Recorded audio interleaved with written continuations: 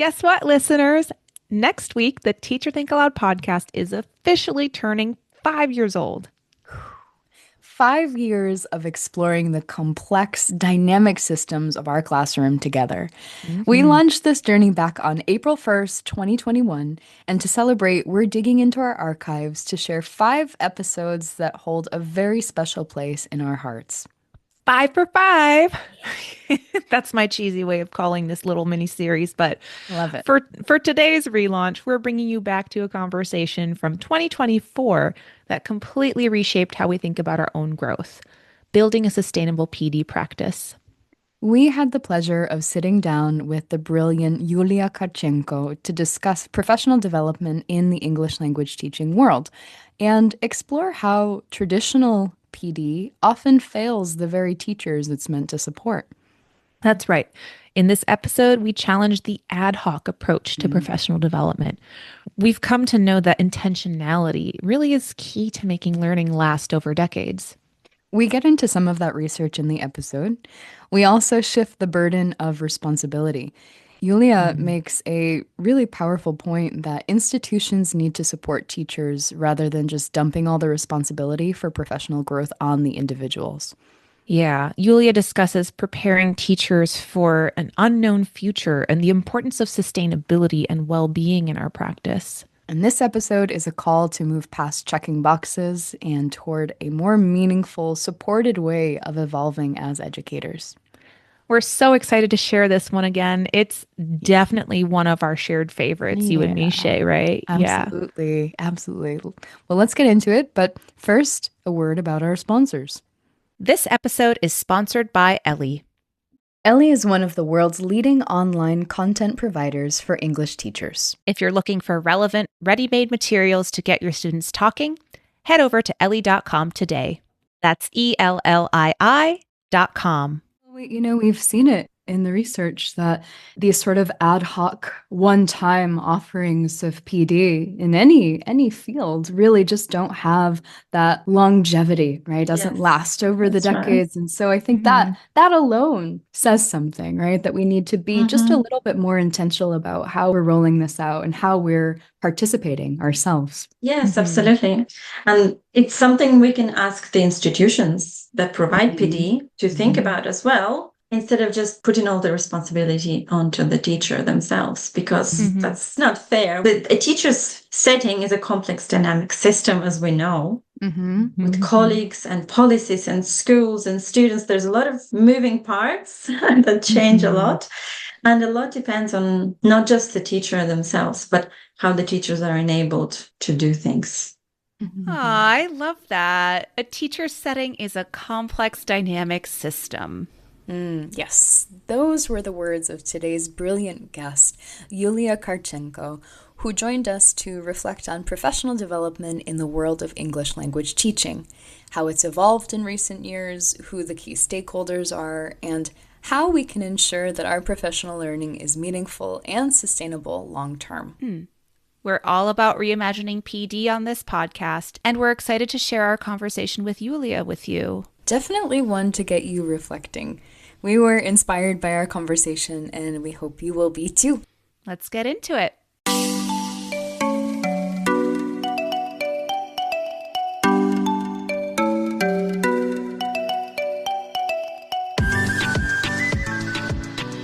Hello, and welcome to the Teacher Think-Aloud Podcast, a podcast for reflective practice for teachers of English around the world. I'm your co-host, Anna. And I'm Shay. And this is Yulia. Yes, great. Hi. Thanks for inviting me. My name is Yulia Kharchenko. My pronouns are she, her. I'm a lecturer at the Department of Linguistics at Macquarie University in Sydney, Australia, where I work on a postgraduate TESOL teacher education program.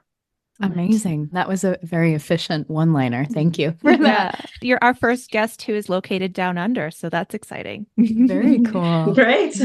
Yeah. So, Yulia, you've listened to our podcast before. That's actually how we came to interact with each other, right? So you know what's coming next. You know that we're going to throw an icebreaker at you. If you could choose a metaphor to describe teaching, what would it be?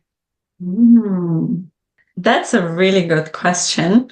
I think a metaphor for teaching is wearing many hats. That's a good one. You're not just someone who imparts or creates knowledge together with your students. You are someone who looks after your students, takes care of their well-being. Someone who has to have a sort of a rapport and a relationship with your students while also remaining the authority in a way. Not to mention all the admin work that you have to do, and also be a very good colleague to your own network of teachers and teacher friends. So yes, definitely wearing many hats is my metaphor for teaching. I love that. Yeah. That's perfect. I couldn't have thought of a better one. Yeah. I imagine just a row of hats behind you in all different shapes and sizes. And amazing. That you have to quickly change or wear two at once. Yes. I like the two at once image. That's perfect. A bit Mad Hatter of you. Yes, perfect. We are sort of Mad Hatters, aren't we? Yeah. That is a huge piece of being an educator, isn't it? We need to be able to do so many things. And one of those very important things, we think, is being a reflective practitioner.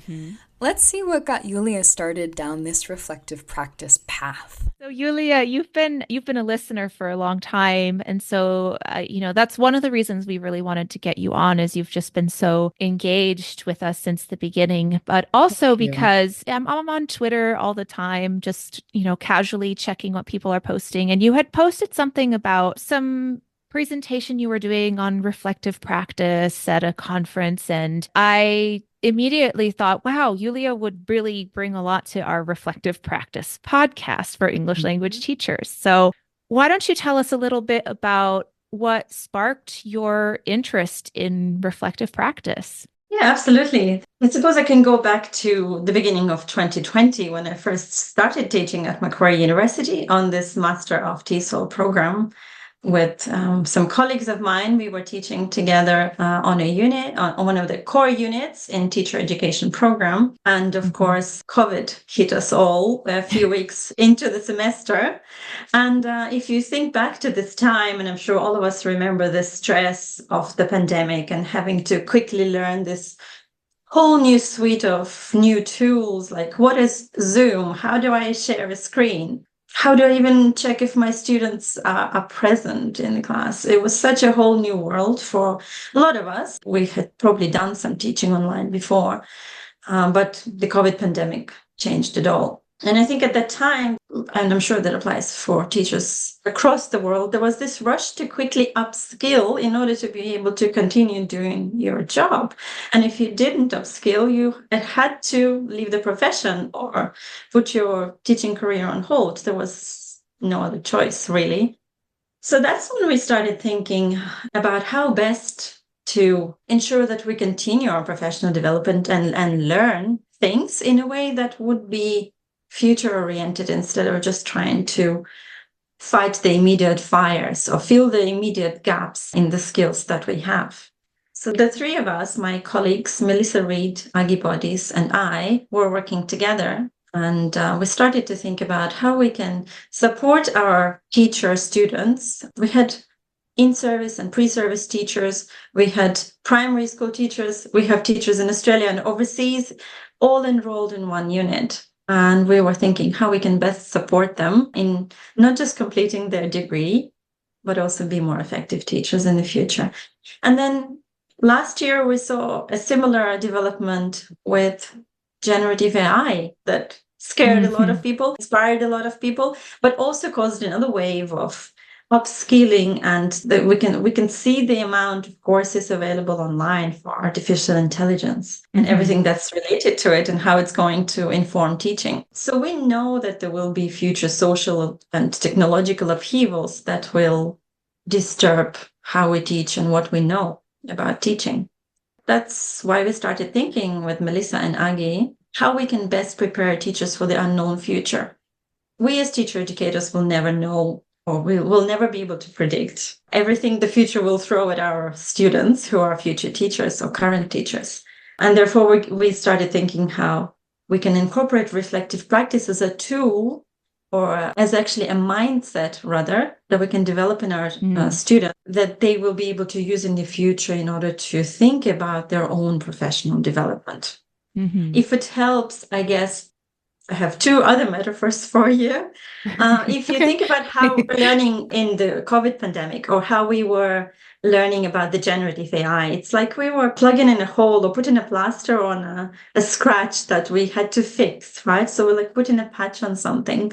Where reflective practice and thinking about in what areas do I need to develop? How can I be a more adaptable teacher in the future is more like thinking about your professional development, designing this vision for yourself and putting together like a beautiful mosaic that, pieces come together and everything makes sense. And yeah, absolutely. That idea of a mosaic and all of these different pieces, the considerations that teachers have to have, not only in becoming more effective educators, but just in the reflection process in general. I think that's a really apt metaphor. Lots of metaphors today, listeners. See if you can count them as we go. Yes. So we asked Yulia to go a bit deeper into this mosaic metaphor. How does one embrace reflectiveness as a mindset for PD? What does that look like? The three of us started thinking about how can we conceptualize this whole idea of reflective practice and how can we actually teach it in our units, or in Australia we call subjects units. And we came up with the concept of sustainability in language teacher education. There are three components to this framework of sustainability in language teacher education. First is the adaptive expertise. So, of course, as teachers, we all have to be adaptive and flexible constantly and all the time. And we have been teaching teacher trainees and teacher students how to modify lessons, how to reflect in action or reflect on action for quite some time. However, what we want is to prepare our teacher students for this uncertainty and develop this adaptive mindset that will make them comfortable with changes, that will make them comfortable with unpredictability, such as COVID or whatever else comes next. The second component is the autonomy. Autonomy, we know, is taking ownership of your own learning. And in the context of teacher education, it has to do a lot with increased motivation and confidence. So autonomy is the second component that we like to develop in our student teachers. So we also know if teachers are in control of their agency, their well-being improves. And teacher well-being is a huge thing these days, right? Another important component is that critical collaborative reflection and reflective practice. We know that as teachers, we can reflect on our practice and we gain valuable insights on it. We want to expand this also to consider contextual, maybe, and emotional factors in teachers' lives. These things don't get a lot of attention. Recently, they have been, actually, which is great in the work of Sarah Mercer and her colleagues.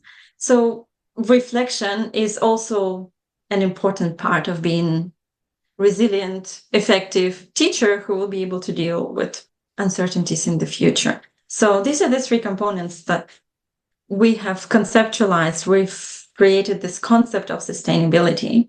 And this is the concept we have been trying to share in Australia and overseas at professional conferences. We're still conducting some research on it. That's amazing. I'm so excited to read once all of your publications that, everything that you have been working on comes out, because this really is the backbone of what we believe in as well. Yes. And, even before you said the term sustainability, after you answered that last question, one of my reaction was, yes, sustainability, because it's really easy to just, passively receive professional development, and the professional development might help you develop a certain skill at that time. But unless someone is, supporting you with that continuously, you're not really continuing your own development. Yeah. So I think that all of the points that framework that you just mentioned, adaptive expertise, autonomy, critical collaborative reflection, all of those components make so much sense. And so I'm wondering if you could talk a little bit more about, traditionally, a lot of professional development has been focused on skill building. I know Shay and I have both taught plenty of workshops in our How to lives. teach vocab, how to yes. teach grammar. Yeah. Exactly. Yes. How is reflective practice more effective than that? What are the overlaps? What are the differences? And what can we say about the outcomes of those two different modes of professional development? I think skill building and reflective practice are not mutually exclusive. I think we all still will have to build our skills in certain areas, and if we identify the need, and we'll continue to do that as teachers. I think what reflective practice really helps us is to see the bigger picture. I'm not sure how it works in the States. In Australia, a lot of the language teaching profession is casualized. A language teacher could be working in one school or moving to another school, or maybe working in several different schools or university language centers. And professional development will be provided in a good institution, but it may or may not match the needs of the teacher. Absolutely. And therefore, instead of keeping a selection or a record of some somewhat unrelated professional development activities or seminars or workshops that just happen to be around, reflective practice actually helps us to think more critically, to identify areas for development. It kind of puts the onus on professional development more on the teacher rather than, in professional development happening to the teacher. Right. Agency. Yeah. And it gives the teacher more of a chance, I think, to build bridges and make connections, from one context to another. And, not only the adaptability, but thinking about how you can really create synthesis, right, between these different areas that you're exploring, right? Admin can't do that for every teacher. Yeah. Absolutely. And that's when we think this whole framework of sustainability is almost like a checklist. We actually did share a checklist at one of the conferences for teachers. I love checklists. Broken down into the 3 sections. And this kind of checklist or framework can guide a teacher's thinking. Is this professional development activity or choice helping me to become more independent, more critical? Is it filling in this particular skill gap? Is this something that helps me be more flexible in the future? Is it preparing me for, teaching online or teaching through using generative AI? So skills building, to go back to your question, I think skills building is still an important element of professional development, but more kind of underlying framework helps with the longer term vision. You're not just fighting immediate fires in your skills department. You're thinking more long-term future. Yeah. Creating a pathway for yourself. Yeah. Yes. Yeah. Nice metaphor too. Tasty. Okay. I don't know if I would use tasty, you weirdo, but what do you mean by tasty, Shay? Well, you're right. Tasty is a strange descriptor here. But what I mean is Yulia's points were really satisfying. That's what I want to convey. She shared really concrete characteristics of effective PD. Such a great framework: adaptive expertise, autonomy, critical collaboration, and reflective practice. Yes. And beyond perfectly, succinctly conveying the key elements that make for effective and sustainable PD, she also challenged my thinking, and I guess yours too. Yeah. Both of us, I think, were under the impression that PD has shifted from being skill-based to focusing on being more reflective in our teaching. Right. But she reminded us that they aren't mutually exclusive, and that's true. Skill building is part of a broader matrix that exists within reflective practice. So reflective practice is more of the overarching mindset, as Yulia said, whereas skill building fits within that, but not just for the sake of, like a discrete skill. Yeah. What I appreciate most about what Yulia is getting at here is that we need to be thinking long-term about our professional development and create a framework that doesn't just put out immediate fires, but thinks about the bigger picture. Yeah, like how can we be better prepared for when those fires break out? What tools do we have in our tool belts to be able to more confidently confront the ever-evolving education landscape? Another important characteristic of sustainable and future-oriented PD is that it considers the whole individual. the teacher participating in PD is a human being first and a teacher second. So PD is just a piece of a teacher's life mosaic. Let's look at how Yulia acknowledges this more holistic approach to PD in her research and teaching. Brought up Sarah Mercer and her work, and Anna, you and I had Ramin on our podcast talking about holistic professional development. And a big piece of that is really looking at what a teacher is actually able to commit as far as professional development goes, depending on where they are in life or the week or the day of the week. And, so when we think about reflective practice, it really gives the teacher a chance to customize their experience and take into consideration those different elements that are really just unique to their life situation. And I think that really is something that helps it become more effective than, say, these ad hoc sort of skill-based workshops we've all experienced. Yeah.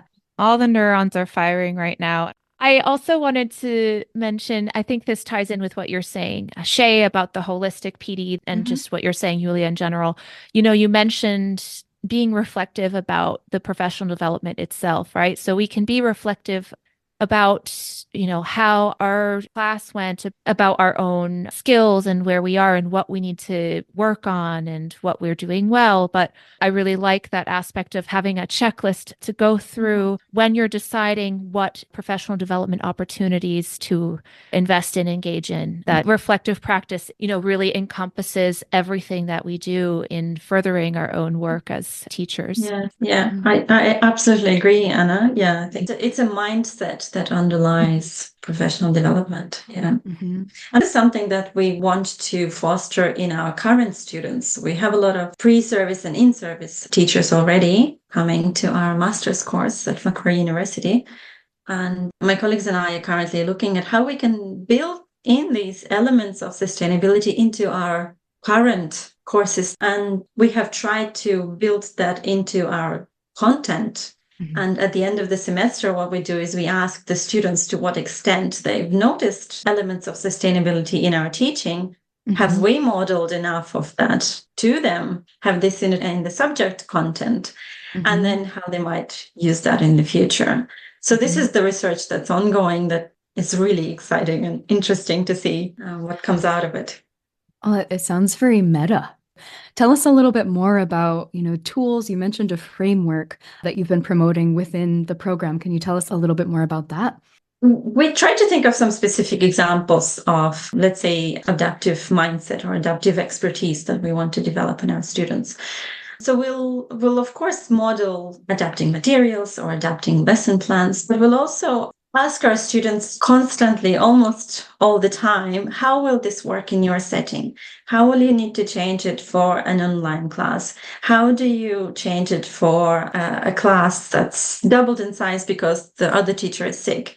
So our students are quite used to us asking these questions. These are the little specific examples of, let's say, that element of sustainability that we're teaching. And it's the same in reflection. Reflective practice is a very big thing in the subjects we're teaching. And in this is a TESOL methodologies course where students have to complete a lot of microteaching. The way we have organized it, students watch each other do microteaching online using a platform called VoiceThread. You probably have seen us writing about VoiceThread as well at some point. We love VoiceThread. Yes, we do. We teach them to provide critical, constructive feedback to each other.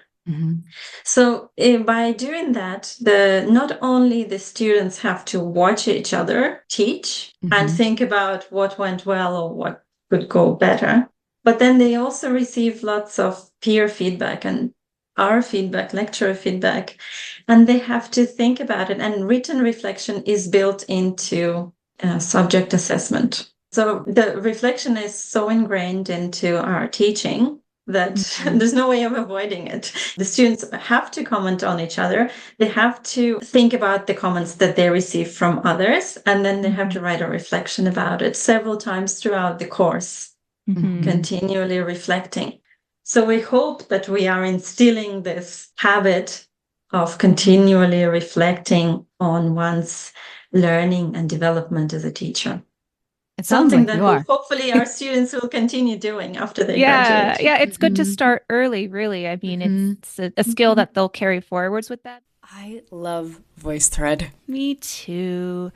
For listeners who don't know, VoiceThread is an online platform where you can add slides and video, and your students or other participants can add audio, text, or video comments to interact with the content and with each other. You know, I developed a series of PD modules for instructors at Fordham University, and I used VoiceThread to increase engagement throughout the experience for the teachers. I liked it. Yeah. And that engagement is important from a design standpoint. You can have teachers move through modules, but if there isn't any opportunity to pause and interact with the content in a meaningful way, you might lose them. And that critical collaboration, as Yulia cited, adds incentive for teachers. Absolutely. I really like this approach in just about any context, but it's especially useful, I think, for institutions or teacher leaders who are challenged with space and time limitations. Logistically, it can be hard to bring people together, so using a tool like VoiceThread to facilitate sharing asynchronously is really wonderful. Anywho, back to our conversation. And also, I like your emphasis not just on self-reflection, but peer feedback and working. You know, we always are talking about accountability partners on this podcast, you know, people that you trust within your network that you can, you know, speak to about, you know, how things went and what you could do better and where you are together. And I think that it does really start with learning to provide feedback and be critical together as peers. Yes, and it's something that teachers do in the school, right? They have this kind of teacher circles, or even getting together in the staff room, talking about what works and what doesn't work and giving each other feedback. It's all part of having your own learning network, right? Absolutely. Community of practice. Something that stuck out to me within the system that you've created, this micro teaching. I think that that's a really great place for teacher students to start. You know, it doesn't seem as daunting to do a micro lesson and then go through that process rather than doing a whole 2-hour lesson or whole class period. I think that you've created this sort of bite-sized learning experience, which we know is just, it's so much more comfortable. So that's really, really genius. Yes, that's great. Yeah. It is literally 5 to 10 minute video on VoiceThread that our student teachers demonstrate a particular aspect of a lesson.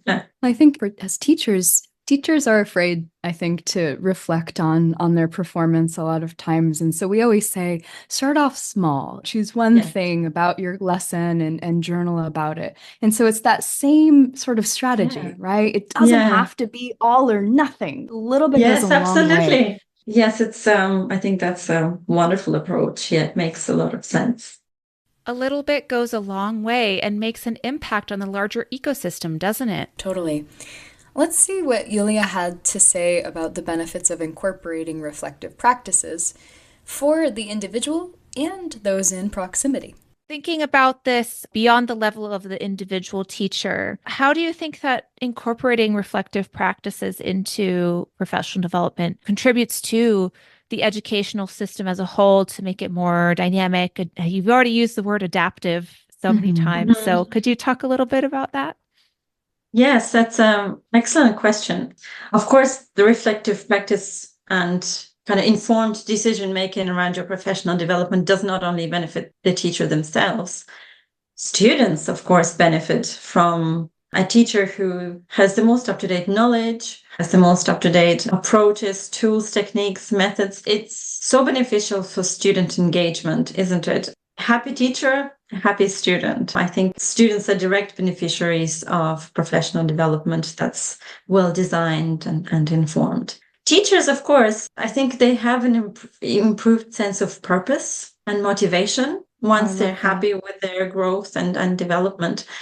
Their well-being improves, and like Shay said, the whole community of practice grows around the school. There's more teachers who are enthusiastic about professional development or reflective practice. And that feeds to the wider school or institutional context, doesn't it? Because then it takes a few enthusiastic individuals to start a community of practice, and then everyone joins in, and the benefits spread outwards. not just to the students, but to teachers as well. So I think that creates a more engaged, more motivated institution, whether it's students or teachers. And then, of course, whatever happens within the institutions gains momentum. That's your chance to influence policy, a wider policy on perhaps a casualization of the teacher workforce. If we, as teachers and institutions, keep thinking and talking about things that are important to us, ideally, maybe I'm an idealist, ideally that will affect policy at some point, right? Absolutely. Yeah. So even though reflective practice seems to be like a thing we do ourselves in our own individual journals or reflect in our own lesson plans, it's a little, well, it's a lot more than that. Yeah, it's a lot more people benefit from that. Going back to something you said earlier, having support from the administration to help teachers be able to really apply that and changing that mindset at an institutional level, I think is a really important component of flipping that switch, another metaphor for us today, just to engage teachers and the whole system in reflection on what to do, where to go next. Absolutely. I agree. We always sort of come back to this idea that, yes, reflection is highly personal, but what we gain from that reflection really moves outwards and affects, it has a ripple effect, right? We hope that it does. So many metaphors. Yes. Yeah, I know. We're full of them. Very poetic tonight. I feel rejuvenated just listening to this conversation.